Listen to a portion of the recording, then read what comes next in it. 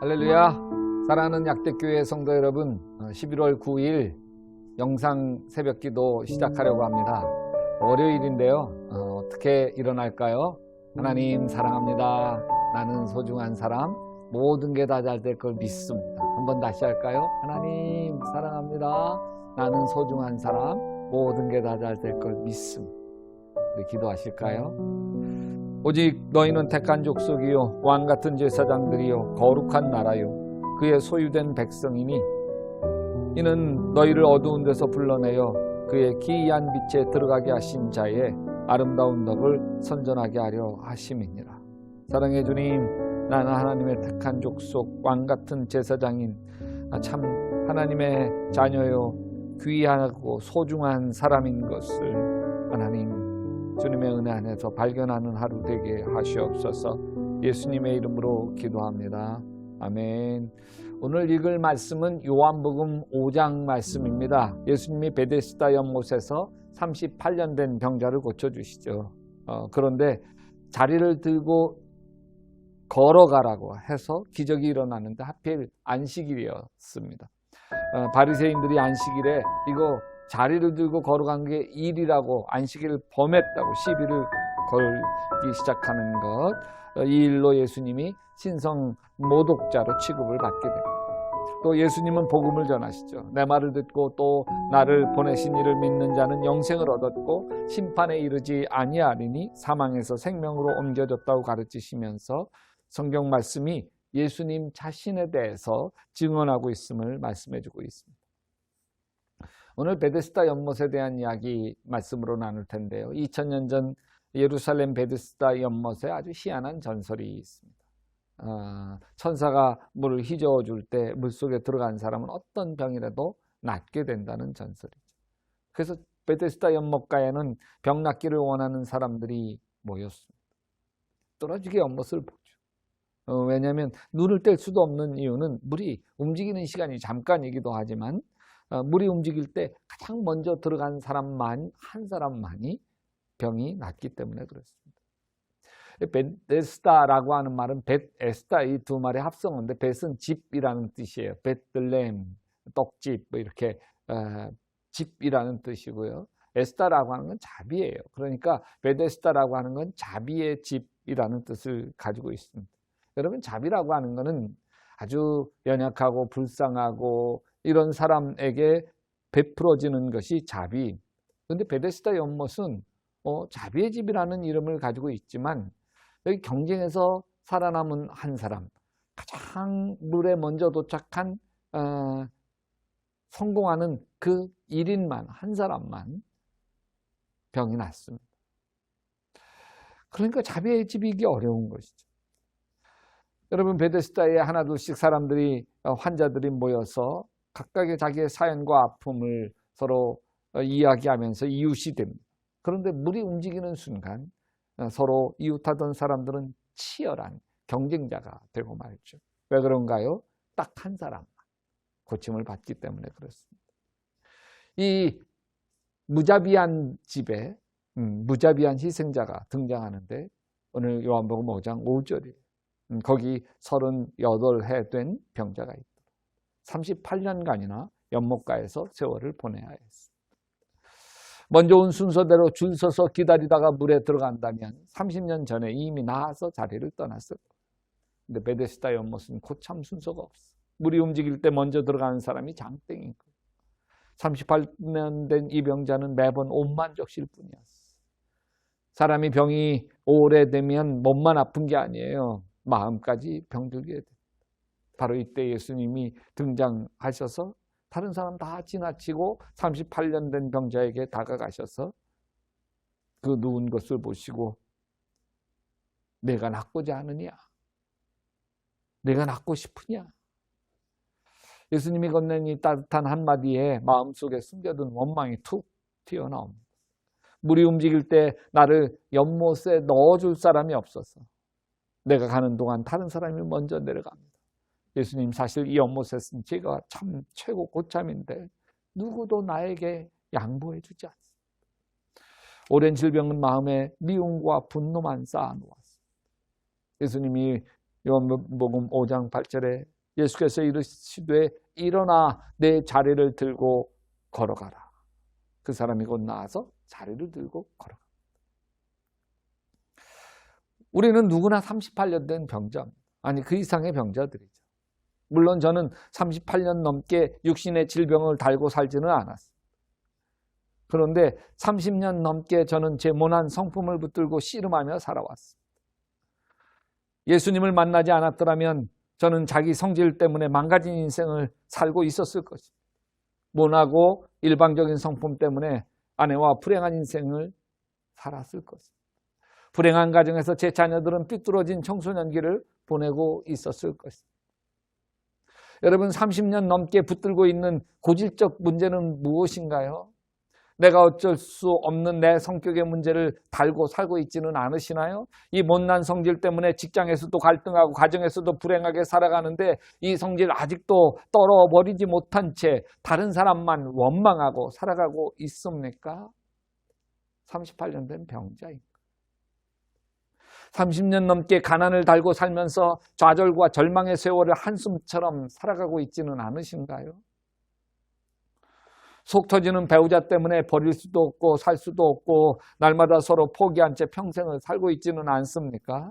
아직도 끊지 못한 습관 때문에 돈도 버리고 몸도 망가지지만 끊어버리지 못한 채 매달려 38년 된 병자처럼 살고 있지 않습니까? 오늘 주님이 여러분에게 하시는 음성을 들으시기를 바랍니다. 내 자리를 들고 걸어가라. 그 불평하는 자리를 들고 떠나라는 거예요. 하나님은 우리의 문제를 통해서 오히려 기적을 일으키시는 분이시죠. 지금 우리의 겸손한 모습, 이것은 하나님이 우리의 고통을 사용하셔서 만들어낸 하나님 작품 아니던가요?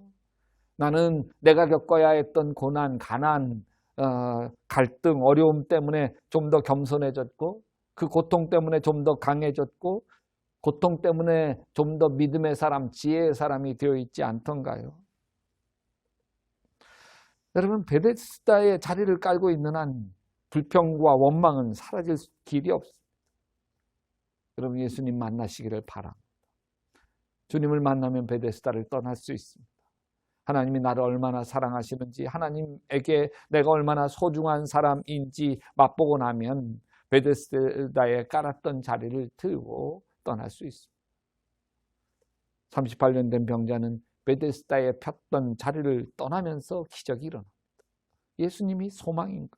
내 힘으로 불평과 원망의 자리 떠날 수 없다는 거 아시잖아요. 주님이 나를 얼마나 사랑하시는지 맛보시기를 바랍니다. 그러면 그 자리를 떠날 수 있습니다. 주님이 나를 얼마나 사랑하는지 맛보고 나면 미움과 원망의 자리도 떠날 수 있고 그 사랑 맛보고 나면 가난도 감사하고 질병도 감사하고 내 배우자 이대로 감사하고 내 처지 내 형편 이대로 감사하는 삶 살아갈 수가 있습니다. 기도하십시다. 사랑해 주님, 우리 인생의 불평의 자리, 원망의 자리, 내가 나를 어쩔 수 없어 하나님 매달려 있는 못된 습관의 자리 예수의 이름으로 떨쳐버리게 하시고 주님의 사랑, 주님의 은혜, 주님이 나를 붙들어 주시는 손길로 하나님 그 자리, 불행의 자리를 들고 일어나 떠나게 도와 주시옵소서. 예수님의 이름으로 기도합니다. 여러분, 계속해서 요한복음 5장 말씀 읽으시면서 은혜 자리로 쑥 들어가시기를 바랍니다. 제5장. 그 후에 유대인의 명절이 되어 예수께서 예루살렘에 올라가시니라. 예루살렘에 있는 양문 곁에 히브리 말로 베데스다라 하는 못이 있는데 거기 행각 5이 있고 그 안에 많은 병자, 맹인, 다리 저는 사람, 혈기 마른 사람들이 누워 물의 움직임을 기다리니 이는 천사가 가끔 못에 내려와 물을 움직이게 하는데 움직인 후에 먼저 들어가는 자는 어떤 병에 걸렸든지 낫게 됨이라. 거기 38해 된 병자가 있더라. 예수께서 그 누운 것을 보시고 병이 벌써 오래된 줄 아시고 네가 낫고자 하느냐? 주여, 물이 움직일 때에 나를 못에 넣어주는 사람이 없어. 내가 가는 동안에 다른 사람이 먼저 내려가나이다. 일어나 네 자리를 들고 걸어가라.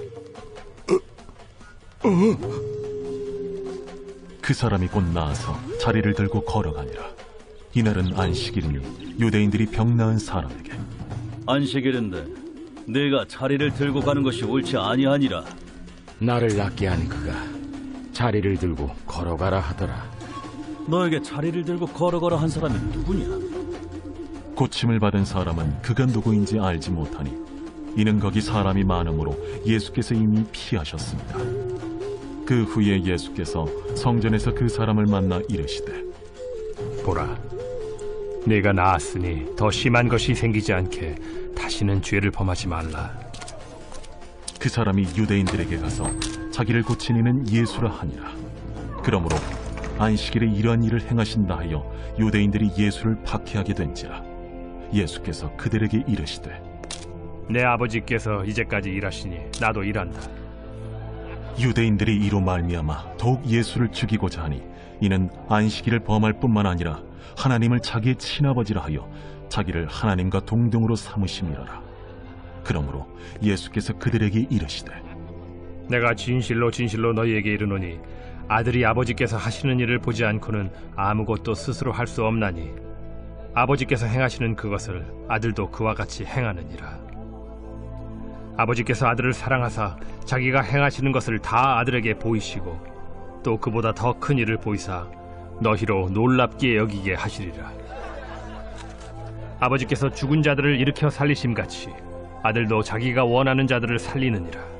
아버지께서 아무도 심판하지 아니하시고 심판을 다 아들에게 맡기셨으니 이는 모든 사람으로 아버지를 공경하는 것 같이 아들을 공경하게 하려 하심이라. 아들을 공경하지 아니하는 자는 그를 보내신 아버지도 공경하지 아니하느니라. 내가 진실로 진실로 너희에게 이르노니 내 말을 듣고 또 나 보내신 이를 믿는 자는 영생을 얻었고 심판에 이르지 아니하나니 사망에서 생명으로 옮겼느니라. 진실로 진실로 너희에게 이르노니 죽은 자들이 하나님의 아들의 음성을 들을 때가 오나니 곧 이때라. 듣는 자는 살아나리라. 아버지께서 자기 속에 생명이 있음같이 아들에게도 생명을 주어 그 속에 있게 하셨고 또 인자됨으로 말미암아 심판하는 고난을 주셨느니라. 이를 놀랍게 여기지 말라. 무덤 속에 있는 자가 다 그의 음성을 들을 때가 오나니 선한 일을 행한 자는 생명의 부활로 악한 일을 행한 자는 심판의 부활로 나오리라. 내가 아무것도 스스로 할 수 없노라. 듣는 대로 심판하노니 나는 나의 뜻대로 하려 하지 않고 나를 보내신 이의 뜻대로 하려 함으로 내 심판은 의로우니라. 내가 만일 나를 위하여 증언하면 내 증언은 참되지 아니하되 나를 위하여 증언하시는 이가 따로 있으니 나를 위하여 증언하시는 그 증언이 참인 줄 아노라. 너희가 요한에게 사람을 보내매 요한이 진리에 대하여 증언하였느니라. 그러나 나는 사람에게서 증언을 취하지 아니하노라. 다만 이 말을 하는 것은 너희로 구원을 받게 하려 함이니라. 요한은 켜서 비추이는 등불이라. 너희가 한때 그 빛에 즐거이 있기를 원하였거니와 내게는 요한의 증거보다 더 큰 증거가 있으니 아버지께서 내게 주사 이루게 하시는 역사 곧 내가 하는 그 역사가 아버지께서 나를 보내신 것을 나를 위하여 증언하는 것이요 또한 나를 보내신 아버지께서 친히 나를 위하여 증언하셨느니라. 너희는 아무 때에도 그 음성을 듣지 못하였고 그 형상을 보지 못하였으며 그 말씀이 너희 속에 거하지 아니하니 이는 그가 보내신 이를 믿지 아니함이라. 너희가 성경에서 영생을 얻는 줄 생각하고 성경을 연구하거니와 이 성경이 곧 내게 대하여 증언하는 것이니라. 그러나 너희가 영생을 얻기 위하여 내게 오기를 원하지 아니하는도다. 나는 사람에게서 영광을 취하지 아니하노라. 다만 하나님을 사랑하는 것이 너희 속에 없음을 알았노라. 나는 내 아버지의 이름으로 왔음에 너희가 영접하지 아니하나 만일 다른 사람이 자기 이름으로 오면 영접하리라.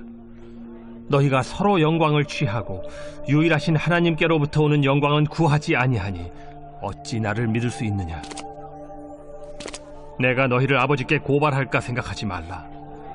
너희를 고발하는 이가 있으니 곧 너희가 바라는 자 모세니라. 모세를 믿었더라면 또 나를 믿었으리니 이는 그가 내게 대하여 기록하였음이라. 그러나 그의 글도 믿지 아니하거든 어찌 내 말을 믿겠느냐.